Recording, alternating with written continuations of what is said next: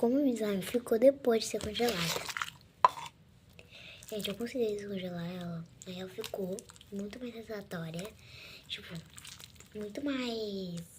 Tipo, ela não tá gosmenta. Tipo, eu coloco ela na minha mão, eu tiro ela, ó. Não tá gosmentinha, mas ela não tá dura também. Ela tá... Parece aquelas slime que você faz em casa. Ela tá muito satisfatória. Mas ela se faz em casa, obviamente, né? Tem gente que mente. Gente, tu viu aquele vídeo da menina colocando detergente e sal, coloca no congelador, e aí quando ela pega assim o slime e vira slime, né? Você pega assim o negócio, ela fala tipo, vai pra cima, aí ela volta e taca o slime pronto também, gente.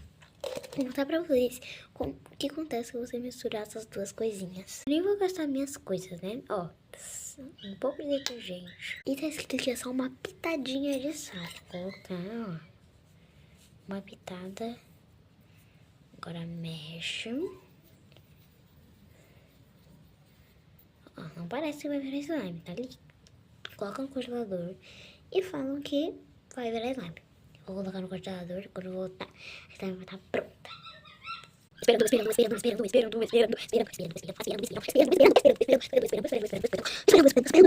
aí, virou slime. Olha, esse na cara de vocês é super certo.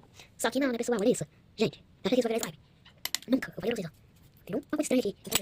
Eu não vira slime. Nem pra vocês, que isso é uma slime, não vira slime, não vira